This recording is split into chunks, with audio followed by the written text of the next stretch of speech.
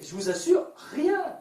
Moi, j'ai fait un communiqué pour que Mme Taubira veuille bien nous dire si c'était bien elle qui avait dit sur Radio France Internationale que les mouvements de liesse du 6 mai, l'éventualité d'un drapeau tricolore brûlé, elle ne les poursuivrait pas parce que c'était des moments de liesse. C'est ce qui a été rapporté sur les réseaux sociaux. Je me méfie des réseaux sociaux, donc je n'ai pas voulu les croire. Au bout de 24 heures, ça ne s'arrête pas. Madame Taubira dit toujours rien, personne ne dit rien. Donc je fais un communiqué comme député de la Nation pour interpeller le garde des Sceaux pour savoir s'il est vrai qu'elle ait pu dire une chose pareille, parce que c'est quand même grave de laisser croire que le ministre de la Justice se moque impunément de l'outrage au drapeau. Voilà. Et je trouve rien de raciste là-dedans, puisqu'il y a 3 couleurs dans le drapeau, hein, pas qu'une, hein, voilà, le bleu, le blanc, le rouge, hein, donc c'est pas du tout raciste. Hein, et je veux dire, je voudrais savoir, il suffit d'un communiqué, on ne te demande pas une conférence de presse, juste un communiqué, les fabulations, je dément formellement, et point à la ligne, on n'en parle plus. Elle n'a jamais démenti. C'est Radio France Internationale qui dit non, elle l'a pas dit chez nous. Bon. Et après, c'est le journaliste de Libération et du Nouvel Obs qui, paraît-il, démente en démontant la rumeur orchestrée sur les réseaux sociaux. C'est formidable d'avoir des journalistes aux ordres. C'est plus le ministre qui répond, il a ses porte-paroles naturels. Les camarades journalistes. Il faut dire que c'est un milieu à gauche qui se fréquente de très très près. Mais vraiment très très près. Il y en a même qui se marient. D'autres non, hein, mais c'est pareil. Hein, Michel Sapin, Vincent Payon, enfin je peux vous faire une liste hein, où vraiment il y a une collusion hein, qui permet effectivement un échange d'informations voilà, pertinentes. Hein, voilà. Donc je comprends mieux hein, la façon d'orchestrer les choses. Et bien figurez-vous qu'on est suspect. Heureusement Guillaume Roquette, le directeur de Valeurs Actuelles, disait mais par ailleurs, quand vous nous parlez d'exemplarité, je vous rappelle que un député de la droite populaire, en l'occurrence il me cite, Lionel Lucas, bon, là, hein, est le seul député à avoir proposé de diminuer de 10% ses indemnités de parlementaires.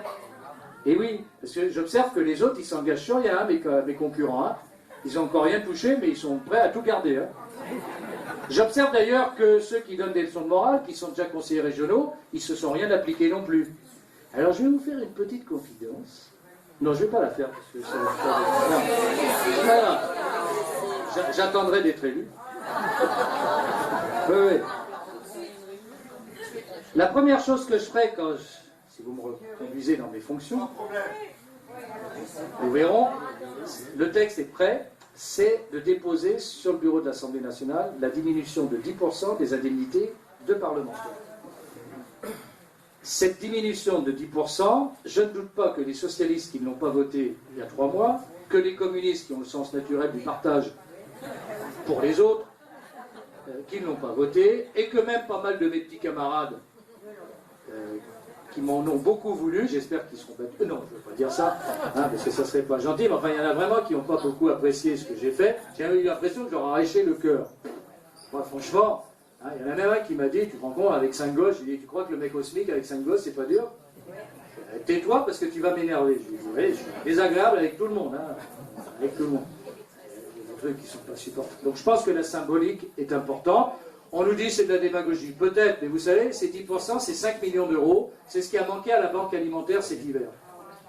Moi, j'aurais trouvé formidable qu'on puisse dire les parlementaires ont baissé de 10% leur désindemnité et ces 5 millions ont servi à la banque alimentaire. Voilà. Moi, je suis un peu vénère. Je crois à ce que mon père m'a appris.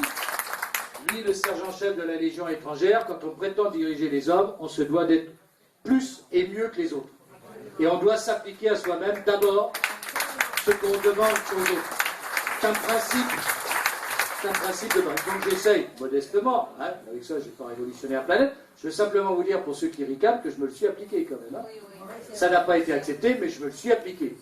Hein, je n'ai pas fait du vent que pour faire du vent. Donc je regrette que les autres conseillers régionaux en piste, là, eux n'aient rien fait et ne disent toujours rien. Pourtant il paraît qu'ils sont formidables. Hein. Et moi je vais le faire. Et je vais leur mettre la pression. Et comme le président de la République l'a imposé au ministre comme à lui-même, vous remarquez qu'il n'est pas revenu totalement sur l'augmentation du président quand même. Hein. Il y a la crise, mais il ne faut pas exagérer. Hein, voilà, parce qu'on donne des leçons, mais bon, l'effort est beau. Et puis, il ne nous coûte pas cher du tout. Il prend le train.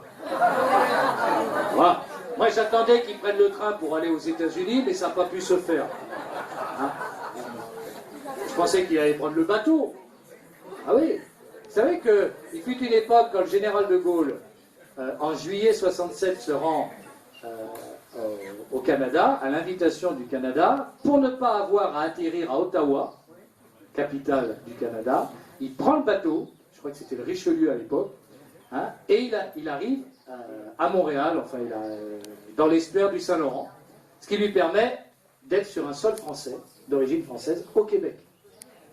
Et donc ça a pris un certain temps quand même, hein, ça prend plus de temps. Donc c'est juste pour dire hein, que quand on veut, on peut. Alors le coût du train, je parle sous contrôle de certains flics ici, présents. Quand vous prenez le train, c'est vrai que c'est pas du tout coûteux. D'abord, il faut quand même un avion pour le cas où. Mais comme dit le président, au lieu de 2, il n'y en a plus qu'un. Ah bah alors ça va. Alors. Il y en a un toujours à vide, mais ça fait rien. Et alors le train, c'est facile parce que tout le long du parcours, il faut mettre des types pour la protection du président. Je vous signale qu'il y a un certain nombre de ponts. On ne sait jamais ce qui peut se passer, donc il faut assurer toute la sécurité. La démagogie, à ce point-là. Et alors les journalistes, BA, vous les avez vus comme ils sont beaux. Ah, ils sont beaux, hein, ils sont en extase. Hein, vraiment, ils sont merveilleux. Ça fait plaisir à voir parce qu'ils ont été tellement désagréables pendant 5 ans à chercher la petite bête. Là, tout est parfait. Donc nous, il ne faut pas qu'on se prive quand même. Hein, il n'y a aucune raison de faire des cadeaux, tout en restant au niveau qui est le nôtre et sûrement pas le leur, hein, contrairement à ce qu'ils en pensent. Mais enfin, donc, le coût du récépissé, c'est un truc qui est destiné à ne plus faire aucun contrôle d'identité dans les quartiers chauds, là où justement il y a la délinquance. Et c'est cela qui doit être dénoncé. Faites-moi confiance pour ne rien rater là-dessus, et je sais que je ne serai pas seul, d'ailleurs en la matière, Éric Ciotti en particulier, est au moins aussi pitbull que moi. Je voudrais juste vous faire une confidence. Moi, je ne considère pas qu'une comparaison avec un animal, ça soit insultant. Parce que je me fais une haute idée de l'animal, à égalité avec l'être humain. Je milite depuis des années pour qu'on reconnaisse dans notre code que l'animal est un être vivant, ce qu'il n'est pas, ce qui permet tous les trafics, toutes les expériences scandaleuses de la part de gens infréquentables. Et je considère qu'un animal vaut toujours plus que bien des individus qui ne méritent pas beaucoup de considération. Donc dans ma tête, il ne peut pas y avoir quelque chose d'insultant en la matière, en aucun cas. En aucun cas. Hein, et le candidat du Front National m'a traité de Jacques Russell. Je suis très heureux. Je trouve ça adorable. Ça me donne une occasion de lui être agréable à ce brave homme. Hein, mais moi, je préfère le mot pitbull. Voilà, c'est-à-dire que quand il a sa proie, il la lâche pas. Hein, voilà. Moi, je suis plus dans ce genre-là. Vous voyez, vous imaginez un peu le niveau stupide où on est arrivé quand même. Hein, et je le répète sur du jeu de mots qui ne prêtait pas à conséquence, mais j'observe en tout cas très intéressant la façon dont ceux qui me critiquent, eux, considèrent les animaux. Gandhi disait, on reconnaît toujours le niveau d'une société à la façon dont il traite l'animal. Hein, donc, je vous invite à méditer un peu là-dessus. Et le combat aussi pour la protection animale, ça fait partie de mes combats. J'ai beaucoup de combats que je mène, et pas simplement comme ça, sur des thèmes ou bien d'autres encore. Bon, je ne rajouterai pas la sauce plus longtemps que ce qu'on a fait ensemble. J'ai fait un journal qui est un journal que j'ai soigné, sur lequel j'ai pris le temps de vous dire ce que je voulais. Je vais vous dire quelque chose, par exemple, qui pour moi m'a choqué dans la réforme des retraites que nous avons faite, c'est de considérer que de plus en plus nous avions des conjoints survivants, comme on les appelle, en état de pauvreté. Parce que tout simplement, la pension de réversion n'est pas au niveau lorsqu'on était ensemble. J'ai obtenu, avec la suppression des droits de succession, que le conjoint survivant n'ait pas à payer le droit de continuer à vivre là où il avait toujours vécu. Et que les socialistes veulent rétablir, hein, je vous signale, hein, au passage. Parce que Mme Gauthier, elle n'en parle pas des petites rigolades qu'il nous prépare. Hein. Donc il faudra aussi se battre pour sauvegarder ça. Mais moi je voudrais que la pension de renversion, quand on perd son conjoint, jusqu'à un certain barème